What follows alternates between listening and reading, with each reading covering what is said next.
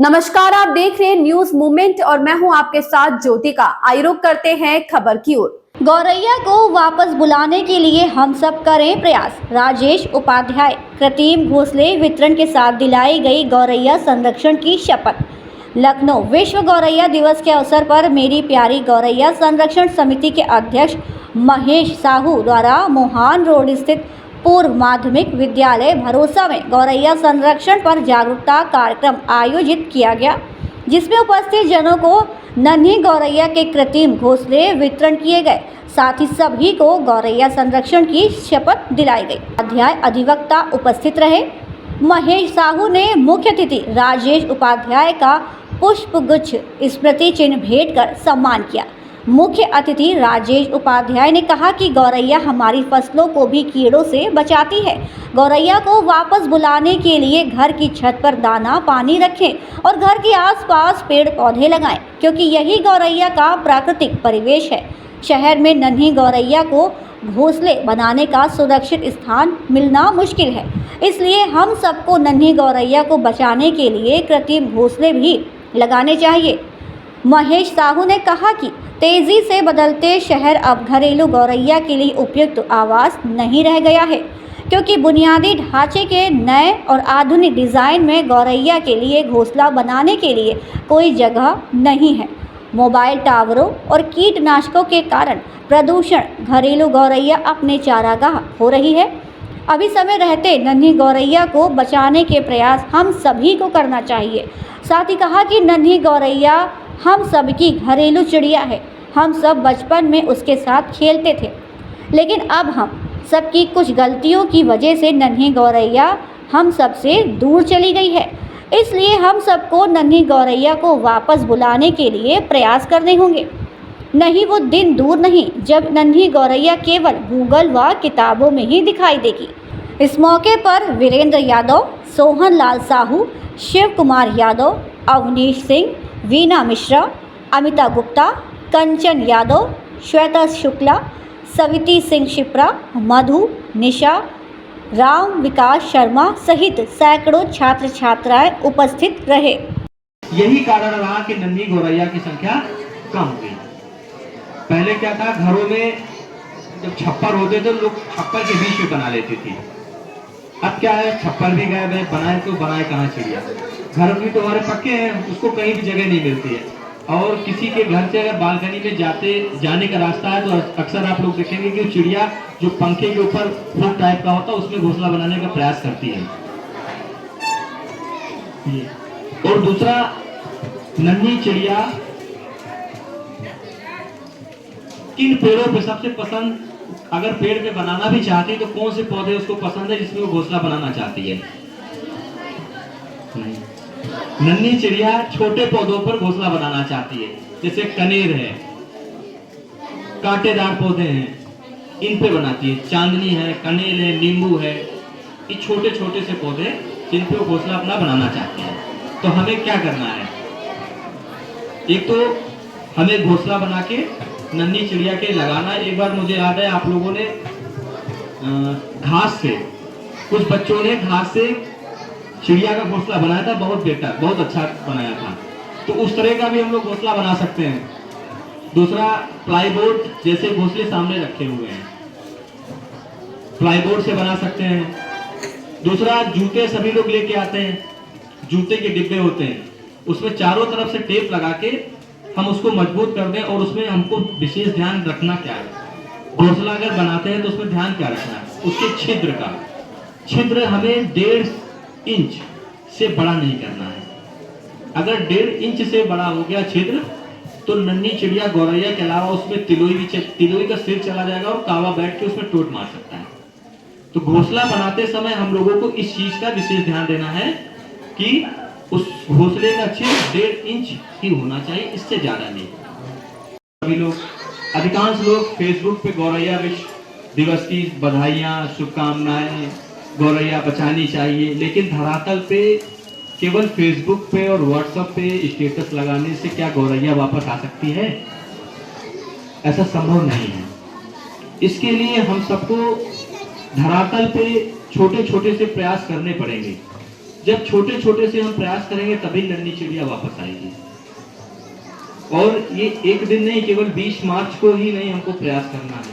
केवल 20 साल में एक दिन प्रयास करने से भी नन्ही चिड़िया वापस नहीं आने वाली। नन्ही चिड़िया क्या, कोई भी चीज जो हमें पढ़ाई भी कर रहे हैं, अगर केवल साल में एक दिन पढ़ेंगे तो एग्जाम में अच्छे नंबर हम नहीं ला पाएंगे, फेल हो जाएंगे और जीवन में कुछ भी नहीं कर पाएंगे। केवल अगर हम सोचे कि केवल हमें एक दिन ही कोई कार्य करना है, तो किसी भी चीज में सफलता पानी है और किसी भी चीज के अच्छे परिणाम आए, इसके लिए हमें प्रतिदिन कुछ ना कुछ प्रयास करने पड़ेंगे।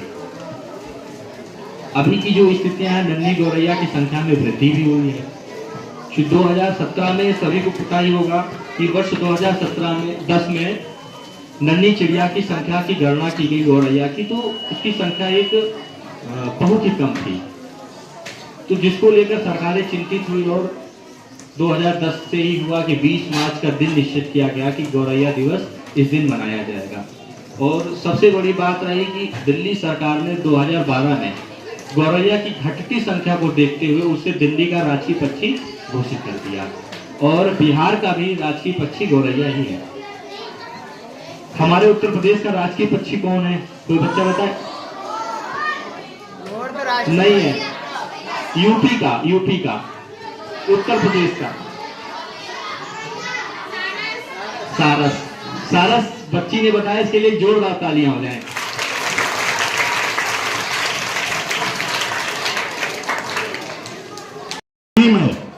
आइए हम शपथ लेते लेती हूं कि पर्यावरण नन्ही गौरैया को बचाने के लिए अपने दैनिक जीवन में हर संभव बदलाव लाऊंगी। मैं ये भी वचन देती हूं कि अपने परिवार मित्रों और अन्य लोगों को पर्यावरण नन्ही गौरैया के अनुकूल आदतों को, व्यवहारों के महत्व के विषय में नियमित तौर से प्रेरित करूंगा। साथ ही मैं नियमित रूप से अपने आंगन में, छतों पर दाना पानी डालूंगा, रखूंगा। हम नन्ही गौरैया को प्यास और भूख से नहीं मरने देंगे। हम अपने घरों में लकड़ी प्लाईवुड के कृत्रिम घोंसले लगाकर नन्ही गौरैया को घर बनाने के लिए उचित स्थान देंगे। साथ ही हम अपने दिलों में भी नन्ही गौरैया को स्थान देंगे। जय हिंद, जय भारत। हमारे लिए बहुत लाभप्रद होगा, क्योंकि हर घर में छोटे बच्चे अपने जिद करते हैं माँ बाप से कि कैसे हम छोटे छोटे पक्षी को लाएं अपने घर में, अपने उसका संचालन करें कि जो हमारे बीच में रहते हैं। उसी में से हमारी एक बहुत छोटा पक्षी है गौरैया, जिसकी उम्र ही 1 से 5 साल के बीच की ही होती है और उनका वजन बहुत छोटा होता है। इनका खर्चा भी बहुत किसी परिवार को नहीं आएगा, बहुत मामूली खर्चा आता है। अगर कोई परिवार में इसे पालता भी है, अपना बनाता भी है, तो बहुत कुछ भी खर्चा नहीं है। जिस तरीके से आज के डेट में फैंसी शो में डॉग घर में पालते हैं, 8 से 10 हजार रुपए का खर्चा होता है, उसमें बिल्कुल कुछ भी खर्चा नहीं आता है। इसका बहुत अच्छा मुहिम दिल्ली सरकार ने शुरू किया 2010 में। आज ये चलते चलते 2025 में आ गया और प्रत्येक साल इसकी बढ़ोतरी हो ही रही है, जिसके लिए सरकार भी काफी ज्यादा जागरूकता अभियान भी चला रही है। वन विभागों को भी इस तरीके से संरक्षण दिया जा रहा है कि सभी पक्षियों को भी संरक्षण प्राप्त हो सके। तमाम तरीके के जंगलों में भी इनका बसेरा बनाया जाए, क्योंकि सबसे छोटा पक्षी है। जाहिर सी बात है, जिस जंगल में बड़ा पक्षी रहेगा वहाँ छोटा पक्षी नहीं रह सकता है। द्वंद्वी प्रतिद्वंदी की भाषा ये हमेशा रही है, इसीलिए ये हम सबके बीच में, हम परिवारों के बीच में गौरैया घर के अंदर आराम से रख सकते हैं। और सबसे अच्छी बात तो यह है कि गौरैया पालने से हमारे पर्यावरण को होने वाले नुकसान को ये बचाती है। अब ये कैसे बचाती है?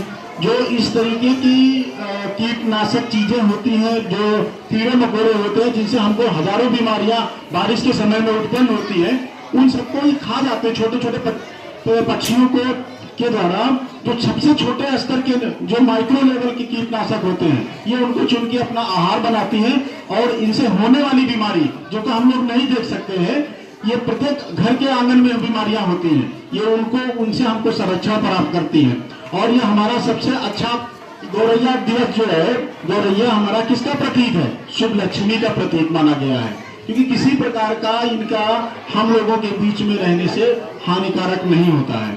तो इस तरीके से बच्चों, आप लोगों से बस एक ही निवेदन है कि अपने अपने घरों में, अपने अपने छत पे या घर में, जहाँ जैसे भी है, बहुत छोटे से उसमें आप इनका संरक्षण के लिए कुछ न कुछ अपने माता पिता से निवेदन करें, उनसे करवाएं। यही है, आप लोगों से निवेदन है, यही मेरी अपील है। और यहाँ पे समस्त जो हमारे अध्यापक महोदय, अध्यापिका महोदय बैठी हैं, इन लोगों से भी यही प्रार्थना करूंगा कि इन बच्चों को भी ये प्रेरित करें कि जिससे कि आगे भी गौरैया का बचाया जा सके। तो इसी क्रम में मैं आपको एक शपथ दिलाने का प्रयास करूंगा, जिससे कि आगे भी ये निरंतर जो है चलता रहे। बच्चे अगर अपने स्थान पे खड़े हो जाए, किसी को आपत्ति ना हो तो टीचर से भी है। इस खबर में बस इतना ही। बने रहिए न्यूज मोमेंट के साथ।